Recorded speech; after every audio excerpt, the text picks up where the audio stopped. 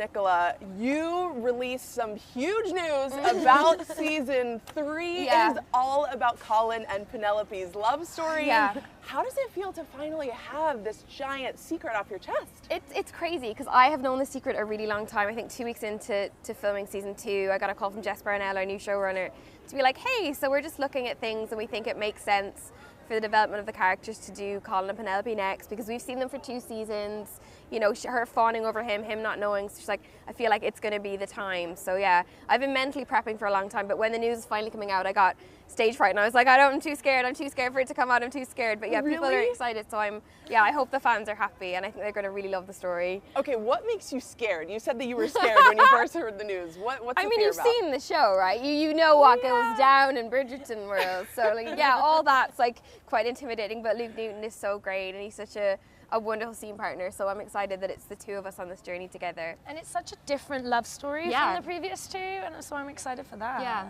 Well, friends to lovers. Tell us more. I mean, what other secrets or tidbits can you drop about Colin and Penelope's love story? Oh gosh, well I think, at the end of season 2, you know, it all went a bit wrong for Penelope because she's been lying an awful lot. So, you know, then that sort of came back and bit her a little bit.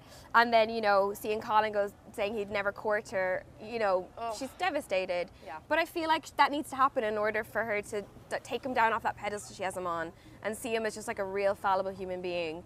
So I'm excited for her to maybe put a bit more worth in herself and not think that he's this perfect angel. Listen, if Colin doesn't deliver, the whole town is going to read about it, right? Absolutely. He has, the bar is pretty high for Colin Bridgerton, for sure. Yeah.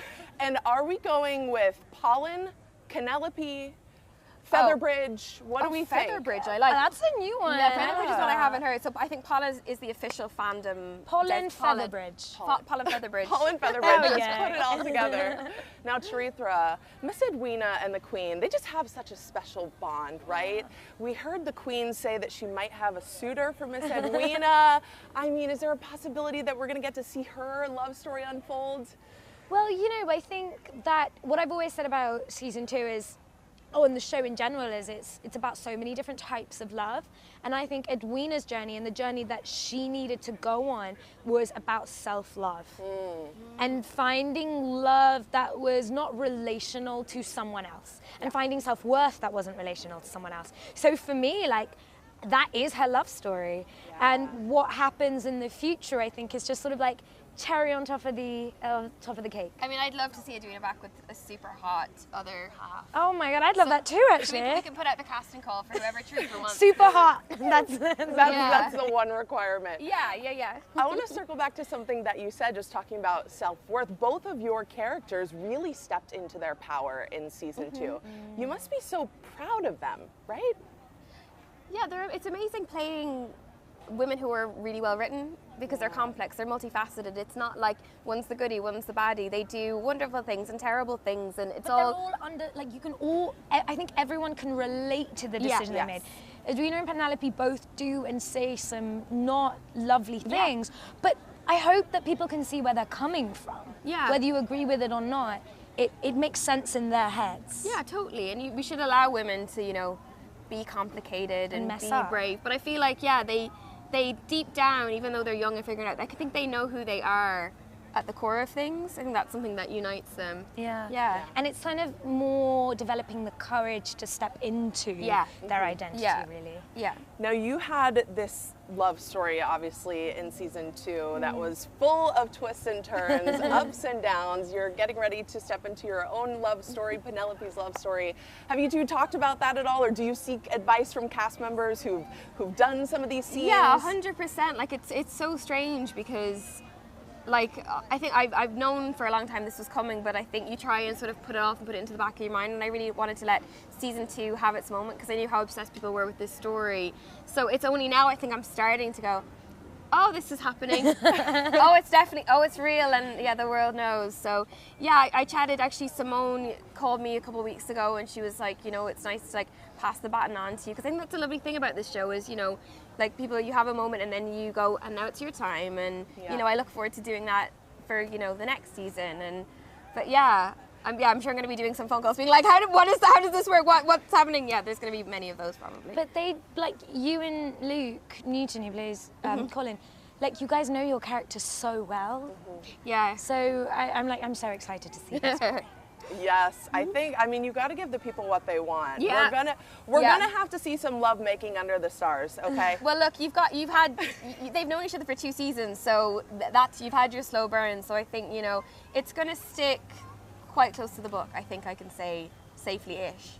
And when you start filming, do they ease you into it, or do you just jump right into the love making on day one? Well, I have not seen a schedule yet, so I'll tell you that once I get that. Oh my goodness. And I know that you both of you had some really rough scenes to film with your co-stars in season 2. And one of those was with Claudia, who is one of your really good friends. She's a really good friend. Yeah, who plays Eloise. Obviously, Penelope and Eloise are not on great terms right now. I know. What happens when the cameras stop rolling when you film those scenes? That broke our hearts because we don't like them fighting. I think we talk about them a lot and talk about, you know, the terrible mistakes they're both sort of making along the way, and that they're young and they don't sort of realize what they're doing to one another. And that scene was so ugly, and they get so ugly with one another that, like, we cried a lot in between takes and hugged and sort of, I mean, I really want them. I'm like, okay, episode 1, you know, season 3, they're just best friends a million. They're like, well, that's not going to happen, is it? It was a very bad fallout. But yeah, I'm rooting for Penelope is the second couple. Okay, yes. So we've got Colin and Penelope. Colin and Penelope, yeah. Now, Charithra, as a new face in season 2, I mean, you are thrust into the limelight now. What has life been like for you after the show?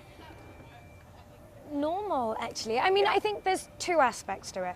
One is that everything has sort of been very incremental. We've been, like, the beginning of season 2 and the journey, like, from the first costume fittings, it's been about 1.5 years. Yeah. So for us, I know it's only been released for under 2 months, but for us, it's been a really long time. Yeah. And so I think every change and development has felt incremental. I feel super honored to be a part of the show, and I think it's very rare in an actor's life to be able to say, okay, I know that this show is going to stand the test of time. Yeah. People are going to watch it decades to come. And that's super exciting. But on a day-to-day basis, life is still really normal. And I think masks do help with that. Yeah. COVID masks. But really normal, actually. Are you getting stopped on the street all the time?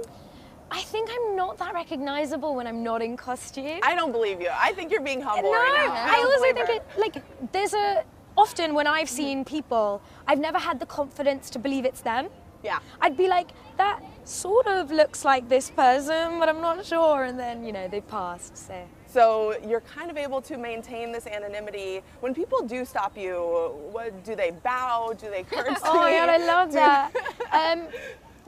They're really kind. Okay. And I always think about, like, the viewers of the show and us, we're part of one community, right? Like, we love and admire and revel in it as much as the fans and viewers do.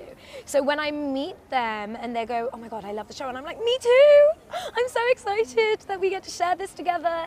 So it feels like we're on the same level and discussing something that we all love.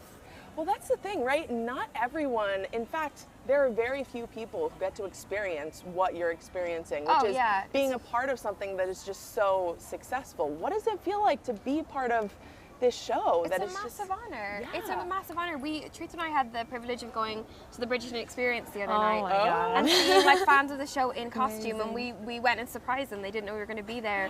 And just, like, the love that was in that room. Because, I mean, it's a show about love when it all boils down to it.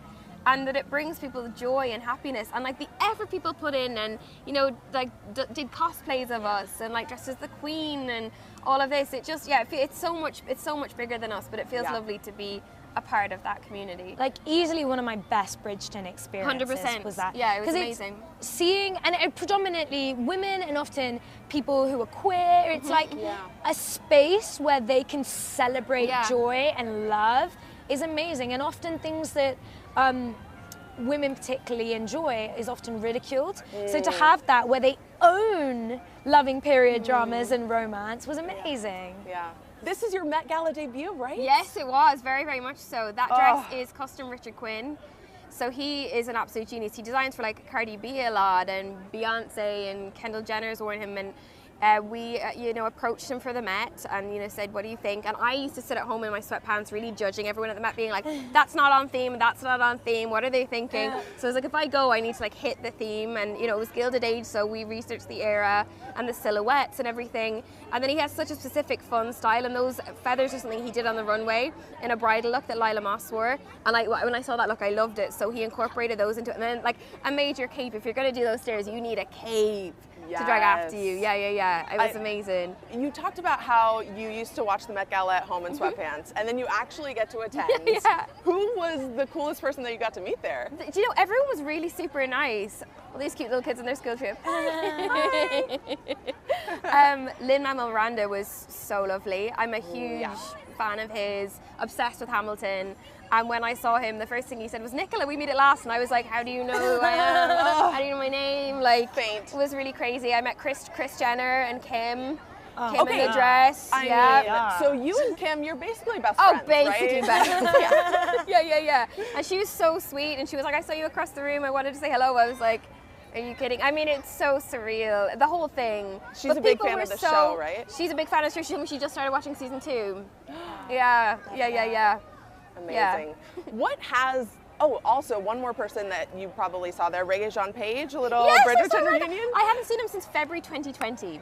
So because we did all our press digitally for season 2, because we were for season 1, I should say, because of the lockdown. So I was literally, I had just arrived on the carpet, and you're sort of in the tunnel waiting to go, and someone hugged me from behind, and I was like, who is that? And I was like, Regé, like what the hell? And then he helped me with my lipstick right before I went on the carpet.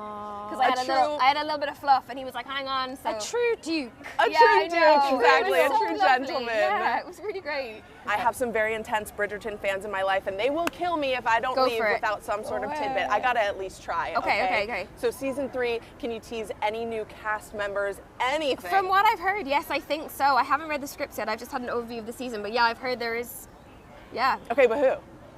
I don't even know the name of the character. Yeah, there'll be a new gentleman in town, I think, but I don't know at what level.